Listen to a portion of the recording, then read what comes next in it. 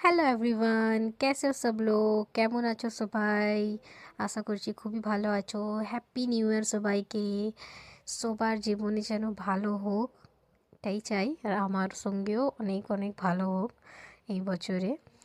আর দেখো, আজকে নিউ ইয়ারের জন্যে একটু আমি শাড়ি পরেছিলাম। শাড়ি পরতে পারি না, অনেকই কম পরি।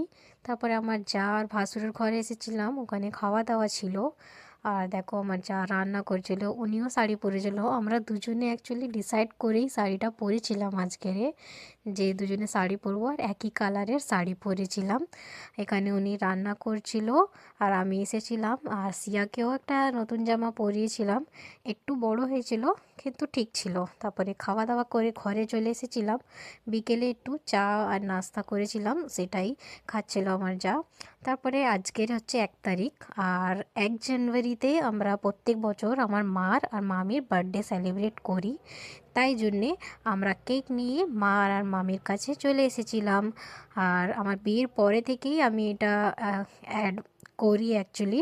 কেন কি, ওদের বার্থ ডেট তো মনেই নেই, আধার কার্ডের হিসাবেই আমরা এই বার্থ ডেটটা চুজ করেছি। আর এর মধ্যেই আমরা ওনাদের এই দিনটা সেলিব্রেট করি প্রত্যেকটাই বছর। আর দেখো, কেক নিয়ে আসতে আর সবাই মিলে এনজয় করছিল।